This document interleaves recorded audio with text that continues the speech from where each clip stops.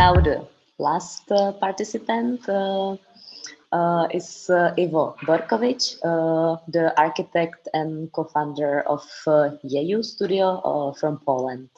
And I asked him to tell us something more about their interdisciplinary projects, not just architecture, but it's up to you, Iwo, to tell us what you prepared.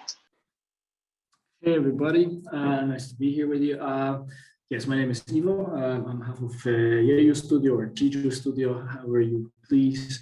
And we started with architecture as a studio, but we're more and more morphing into different ways of working with space in general.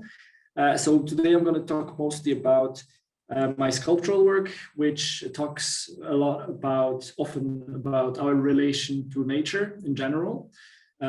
Maybe it's not going to be as informative as the previous one, but maybe it's good to balance it with a little bit more subjective observations. So to start, share screen probably would be a good place. So I will mention one project that we did that was driven a lot by nature. So we are building a school in Tanzania, in a refugee settlement. And there is a couple of things that we wanted to touch upon with that project, but one of them is the relation to nature that the local community has. When they were moved into that area, it was actually a forest reserve. But now, as you can see on the map here and on the pictures, there is really not a lot of trees left. And it was a dense forest just in 1970s. So one of the most important issues for us was the temperature in the classroom and the relation to greenery. And both of them were addressed by placing the classrooms near the group of mango trees that we found on the plots that we could use. And we actually decided to wrap the school around the tree to kind of protect it, but also put it in the center and cherish it again. But the tree gives back because it creates a canopy, cools down the air, which then enters the classroom and continuously cools down the building with the help of geometry of the roofs that are lifting upwards, so the hot air escapes outside, sucking in the cold air from underneath the tree. And hopefully this will kind of help them understand that the greenery around them is going to help them a lot, as they're highly potent to droughts and water shortages and very, very high temperatures in the summer. And when I was there for the first time, they actually were just about to cut one of those 3 mango trees because they just needed some wood for cooking. So I managed to convince them to maybe let us keep them. We're in the middle of a construction now. Half of the school is built and the trees are alive. We were a bit afraid about foundations and roots, but managed to precisely position the building so the trees are well and already create this big shadowy space in the middle of the school. So this is, I think I'm gonna not talk about architecture any more than this, but I'm gonna talk about a couple of sculptural projects. So my sculptural project started with this, which talks about our relation to climate and to nature in general. These are totems, these are wooden forms that are hand painted in a collaboration with Alicja Biała, the artist, and they are actually representing statistical data about our relation to climate. So each one talks about a different topic. This is a totem about deforestation. This is about quality of air, overfishing, wildlife. And these colorful elements represent the proportions from the graphs from that research. For example, this one is the total amount of wild animals living on the planet 50 years ago, and the green part is just the part that is still alive today. And each one of them talks about a different environmental topic. But this was my gateway into sculptural world, the public sculptural objects. And the next one I'm going to show you is more connected to the topic of today's meeting, which is the project called Long Live the Pau. I was invited for artistic residency in Agda, Portugal, and I was building actually some more totem sculptures in Portugal, and then stayed a little bit longer. And they asked me on the phone when I was getting there, Ivo, there's a couple of things in the city that you could be interested in to look at. And one of the things, for example, we had this beautiful square in the middle of town, which everybody cherishes a lot. It's next to the river. It's this place where everybody hangs out for like a dinner or a music concert. It's our proud public space. And we have these 5 palm trees there, and now 2 of them are dead and 3 are dying because of they got attacked by a beetle that larvae of eats the palm from the inside out.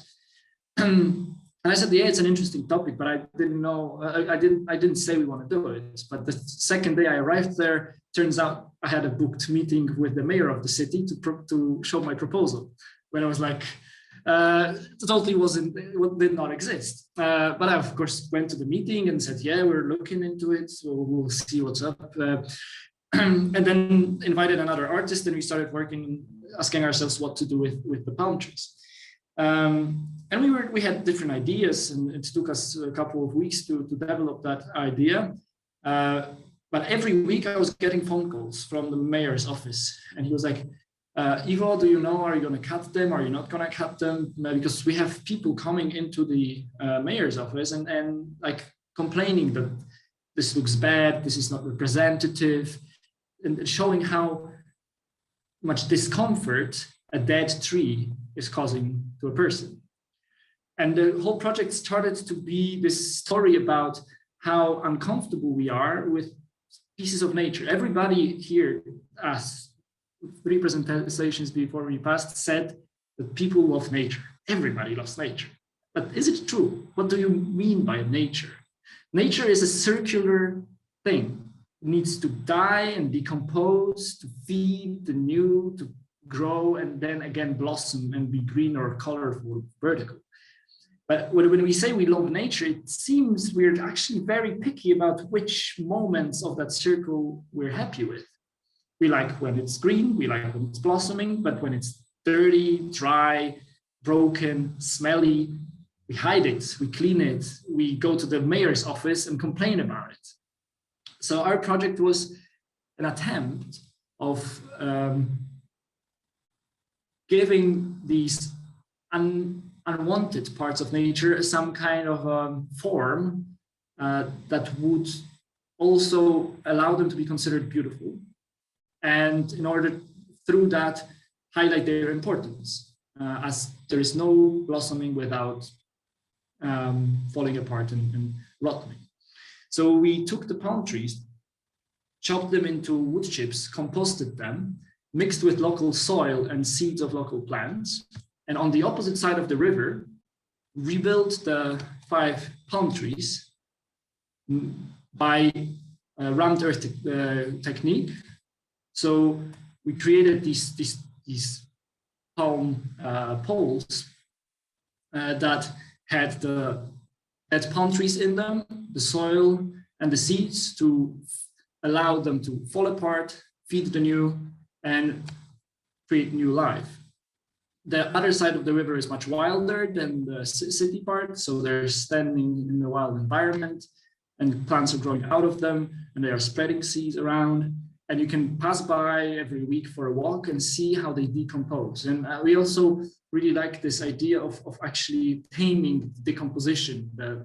It brings, especially to us, it was pretty obvious when we saw them, first of them cracking and falling apart, how difficult for us is to accept things falling apart, the materiality of things being temporary. But everything is temporary. Everything falls apart quicker or later. Sooner or later. So this also tries to give the viewer a chance to kind of get comfortable with that.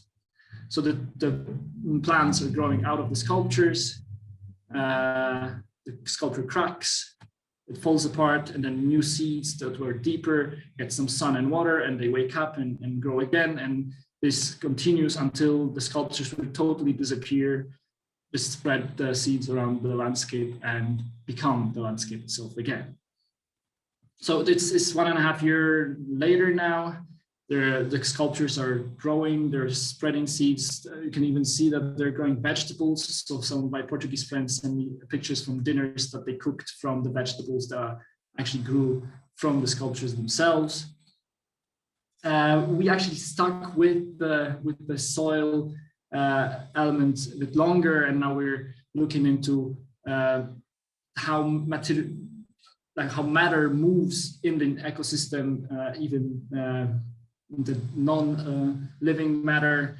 We recently built this pavilion out of soil that was taken exactly from the place where it was built to kind of emphasize the fact of the matter always coming from somewhere, looking at the fact that we often see buildings, but we do not think of where the materials were taken from is. So we have a pile of sand, but where is the hole? We have a phone in our pocket, we have a bottle in our hand. Somewhere they're not. So everything has its own hole that it came from. So we created dug a hole, and with that soil build a pavilion to talk about the circulation of matter through the festival. Invited a lot of artists that inhabited the pavilion for 48 hours each, and talked about the related issues to earth, dirt, land ownership, and our relation to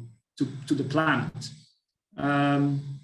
For example, this project focused on plants a little bit. It was a plant shop where the artist collected plants from plots within the city that were already sold to be developed as new commercial housing projects. And she knew that soon the construction site is gonna open. So she went to those plots and kind of saved the plants that were there from being run over with the trucks. And then she labeled all of them, wrote what kind of qualities they have. Is it medicinal? Does it smell nice? And then for 2 days, the pavilion was a plant shop where you could adopt these plants and take them home. And at the end, the last day of the festival, we invited people that visit the festival to collapse the whole thing, level it down with absolutely no kind of leftover material. It just was 0, -1, +1, and then 0 again, to highlight this closed circle of circulation of matter in nature. So yeah, that's what I wanted to share with you today. This is just a small fraction of what we do, the sculptural work, but I was asked to share this one with you. So for more, we need to meet some other time and talk about different things.